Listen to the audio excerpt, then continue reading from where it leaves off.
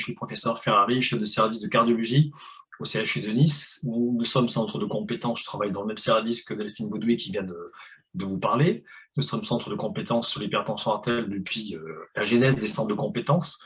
Et on s'intéresse beaucoup à l'embolie pulmonaire puisqu'on reçoit à peu près 150 embolies pulmonaires. Et donc, c'est la raison pour laquelle on a investi dans ce domaine et pour laquelle on vous en parle aujourd'hui. Alors, qu'on soit bien clair, on va parler du groupe 4 qui vous a été présenté tout à l'heure par le docteur Colté. C'est-à-dire que ce que je vais vous dire comme prise en charge dans cette particulière hypertension pulmonaire n'est pas applicable aux autres formes d'hypertension pulmonaire. L'hypertension pulmonaire post-embolique, par définition, ça veut dire que le patient a fait une embolie pulmonaire et donc une thrombose veineuse profonde, qu'on appelle aussi une phlébite, parfois qui passe inaperçue, c'est-à-dire qu'on peut voir la complication, la conséquence sans avoir eu les symptômes de la maladie initiale. Alors, une phlébite, vous savez à peu près tous ce que ça veut dire. Ça veut dire qu'il y a un caillot qui s'est formé dans une veine. Et le caillot, c'est ce qui est écrit dans la partie droite de la diapositive, peut emboliser. Si le caillot se détache de la paroi veineuse, il va migrer à travers le cœur droit, passer dans le cœur droit et s'arrêter dans une artère du poumon qui est de son calibre pour aller boucher une artère du poumon. Vous voyez à droite ici, un caillot, c'est cette espèce de masse noire qui prend en fait deux artères du poumon et qui bloque donc deux artères du poumon d'un coup. Vous remarquez que la masse noire, en fait, elle a la forme du moule de la veine dans lequel le caillot s'est formé. Ces caillots, on les voit particulièrement bien en scanner, qui est devenu maintenant la méthode d'imagerie la plus conventionnelle pour aller détecter les embolies pulmonaires aiguës. Qu'est-ce qui se passe dans l'embolie pulmonaire? C'est une maladie qu'on traite particulièrement bien maintenant. On sait prendre en charge ces patients de façon presque optimale. Si le patient arrive à l'hôpital sans avoir fait de problèmes hémodynamiques graves, sans avoir fait de mort subite, parce que malheureusement ça arrive, on a un taux de survie qui est pratiquement de 100%. Grâce à des médicaments anticoagulants et éventuellement d'autres techniques pour aller enlever ces caillots qui peuvent être médicamenteuses ou parfois instrumentales. Et puis, pour des raisons qu'on ne connaît pas très bien, on a un certain pourcentage de patients chez lesquels l'évolution ne va pas être bonne. Ils vont se sentir un peu mieux pendant les premières semaines ou les premiers mois, et puis ils vont revenir 1 an, 2 ans, 3 ans après avec un essoufflement. Et l'essoufflement sera dû à des conséquences tardives de l'embolie pulmonaire. Vous voyez sur ce schéma vous indique le nombre de situations où les patients font une hypertension pulmonaire après une embolie pulmonaire. Donc c'est du 0,5% au bout de la première année, et puis c'est du 1% au bout de 6 mois, et ça arrive à un taux qui est entre 3 et 4% au bout de 10 ans. On ne comprend pas très bien pourquoi les patients peuvent être améliorés tout de suite après l'embolie pulmonaire aiguë, et revenir 1 an après sans avoir forcément refait d'autres événements, mais en ayant les conséquences, les complications et les stigmates de l'embolie pulmonaire, dont l'hypertension pulmonaire dont on parle aujourd'hui.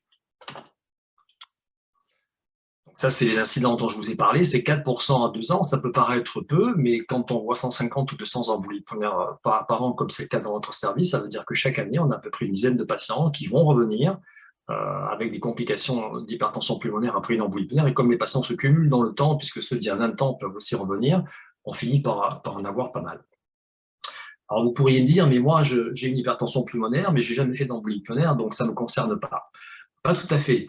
Il y a un cas sur deux, malheureusement ou heureusement, où on voit les complications sans avoir vu le primo-événement. C'est-à-dire qu'on peut avoir une hypertension pulmonaire post-embolique sans jamais avoir ressenti les symptômes de l'embolie pulmonaire.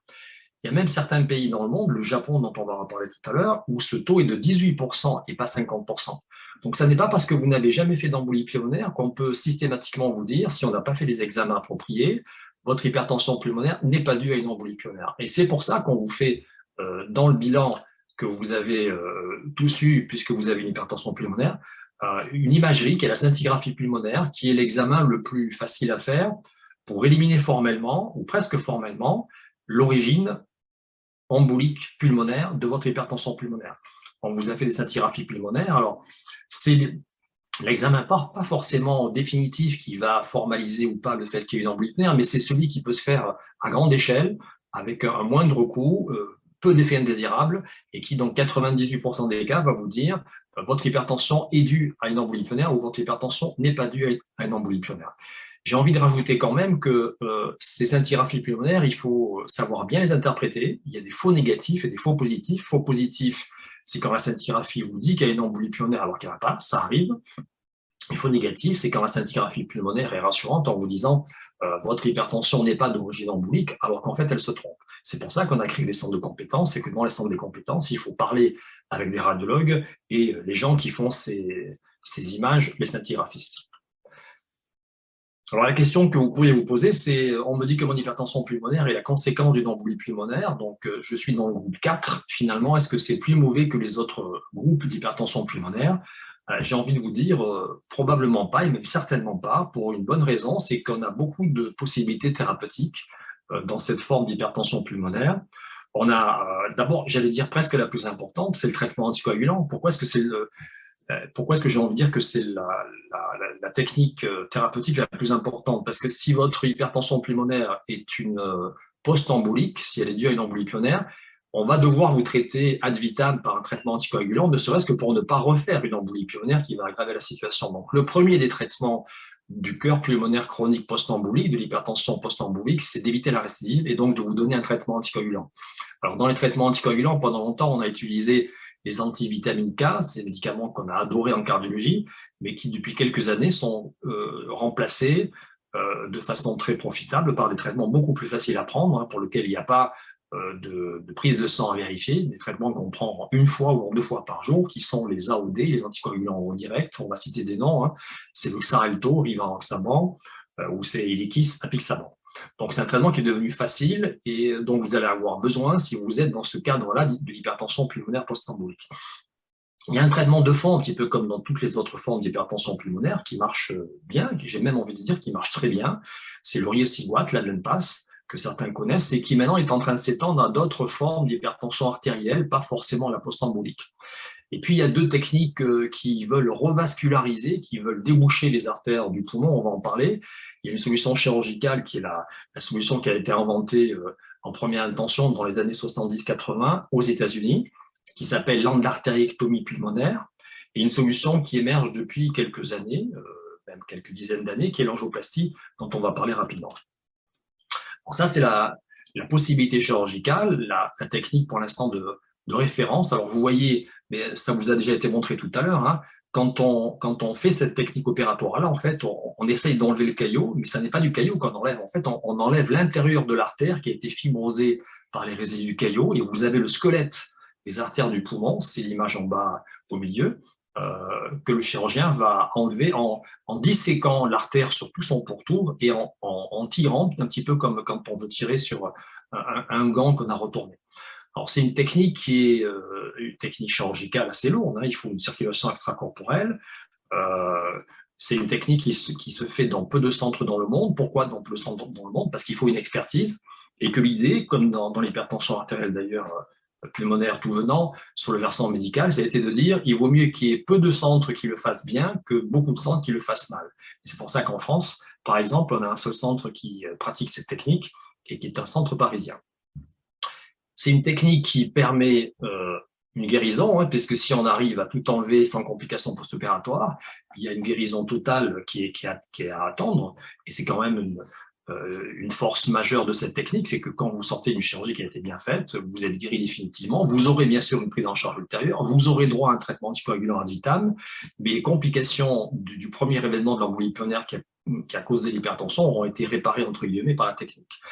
Alors, cette technique, par contre, n'est pas accessible pour tous les patients. Et grosso modo, on dit qu'il y a 4 patients sur 10 qui seront contre-indiqués dans les centres qui font cette technique parce que trop grave ou parce qu'il y aura d'autres maladies, on appelle ça les comorbidités, qui font que le risque opératoire devient important parce qu'effectivement, comme toutes les chirurgies, qui se pratiquent en plus chez des gens qui sont à haut risque. Si vous opérez avec cette technique-là un patient qui n'a pas d'hypertension pulmonaire, il y a peu de chances que ça se passe pas bien. Et si vous opérez un patient avec une technique lourde qui lui-même est fragile, là, vous avez un taux de mortalité périopératoire qui n'est pas nul. Le taux, on pourra en reparler, mais il est de l'ordre de 4 à 5% si on prend tous les patients confondus. Il est même plus important dans certains centres qui sont pourtant des centres de référence hors France. Et puis l'évolution de la médecine, c'est celle-ci, en tout cas en cardiologie, puisque je ne sais plus si je vous l'ai dit, mais je suis cardiologue, c'est qu'on s'est dit depuis à peu près 30 ans, voire plus, il y a peut-être des gestes qu'on faisait par la chirurgie conventionnelle qui sont tout de même lourds, qu'on peut remplacer par des techniques plus légères, entre guillemets, et en particulier par voie percutanée. au lieu d'aller réparer l'artère par l'extérieur, on va la réparer par l'intérieur. Et là, je vous montre l'exemple des sténoses coronaires. Les sténoses coronaires, c'est l'infarctus du myocarde, c'est la cardiopathie ischémique, c'est l'angine de poitrine. Ce sont les mêmes noms, les noms différents d'une même maladie. Pendant longtemps, quand il fallait traiter ces artères coronaires rétrécies, on les traitait par la chirurgie.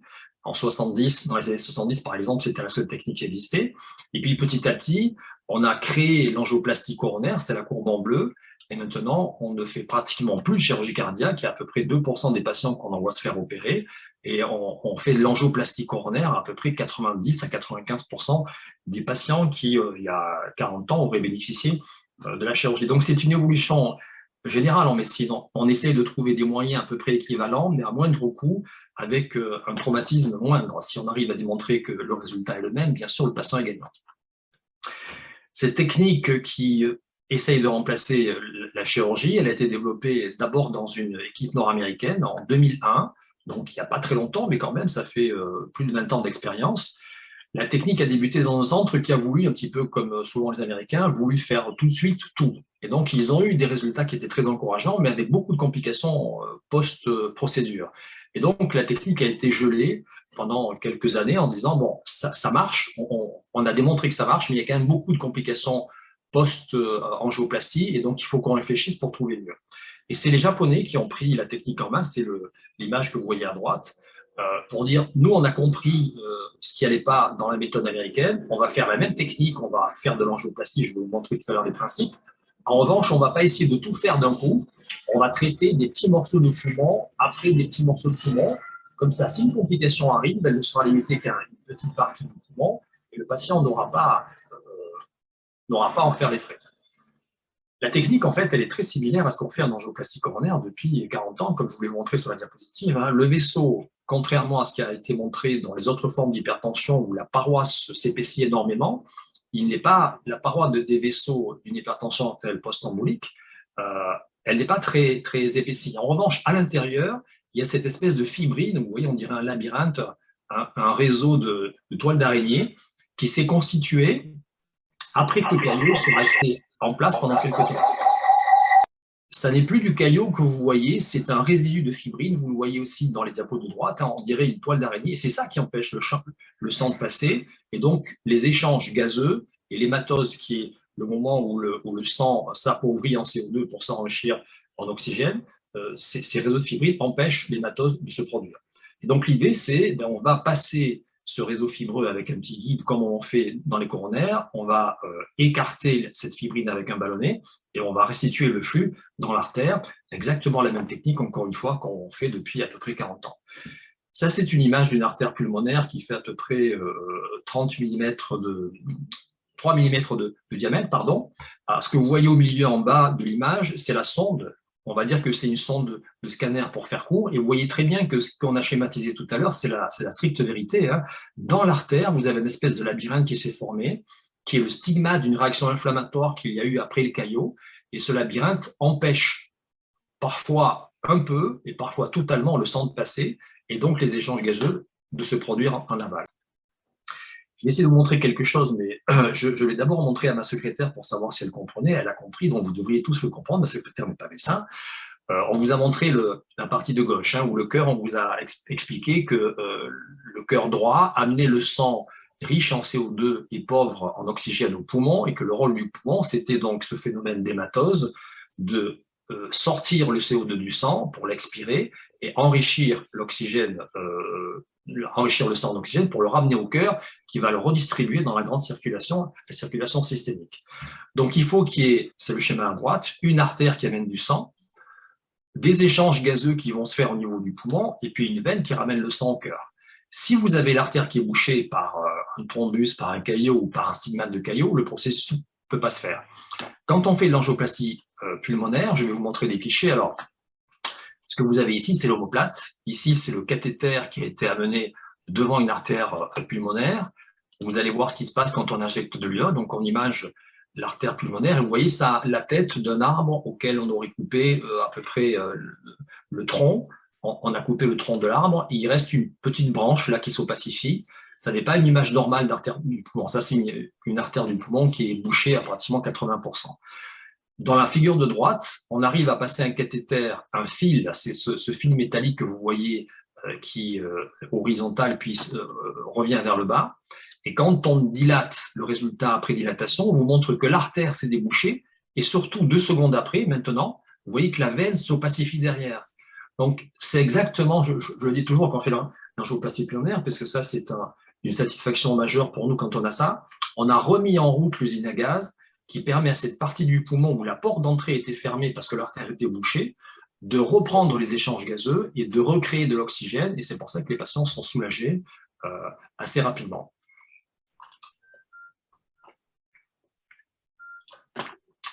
Alors, j'essaye de repasser. Alors, dans les 2 poumons, il y a beaucoup d'artères du poumon. Hein, si on compte les artères dilatables, il y en a à peu près 32. Donc, ça fait beaucoup de travail. Et c'est pour ça que les Américains qui avaient voulu tout faire d'un coup se sont cassés la figure parce qu'il y avait des complications qui devenaient insurmontables.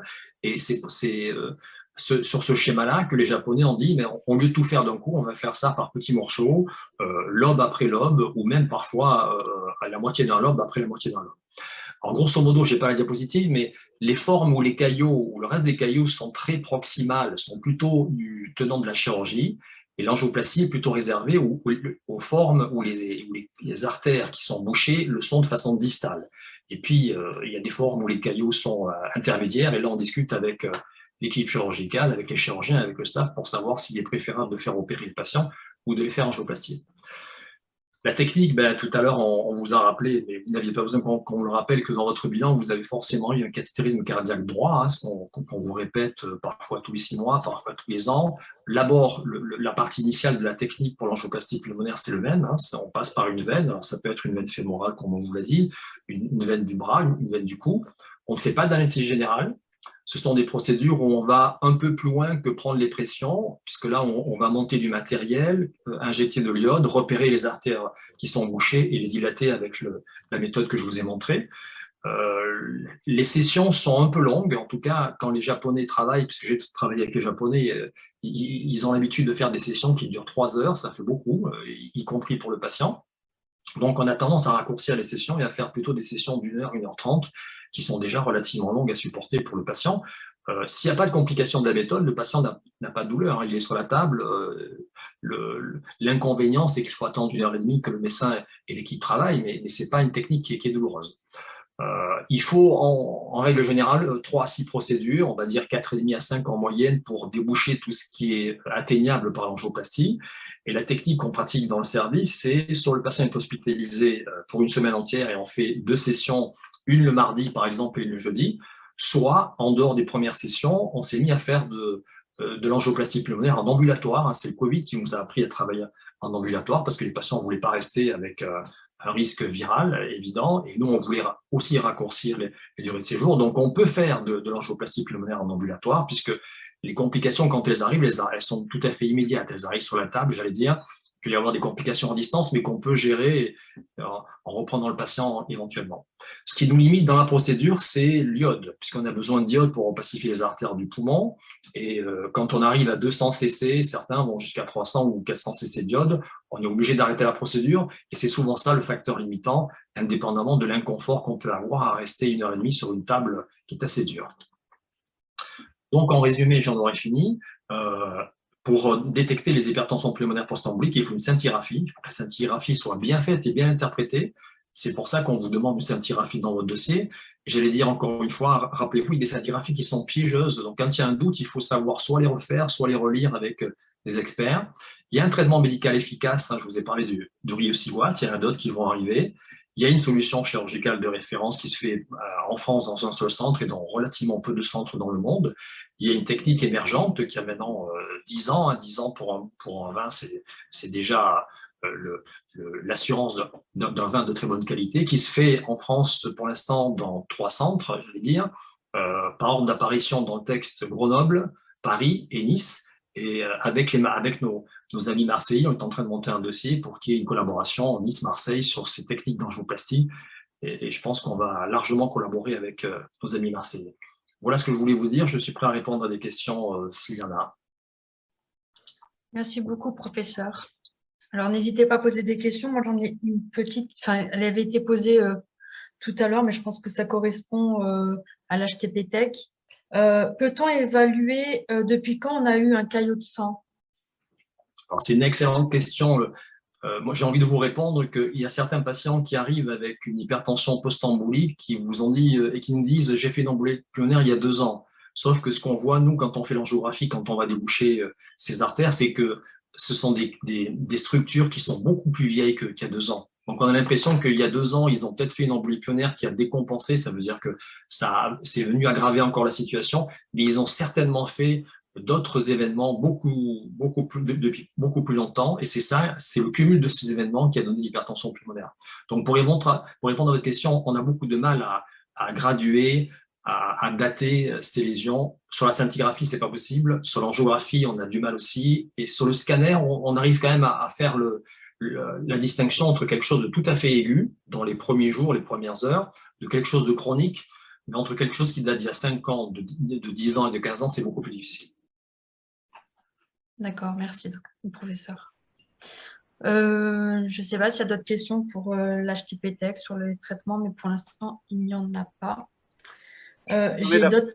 Oui. Je voulais apporter une petite précision concernant la précédente question.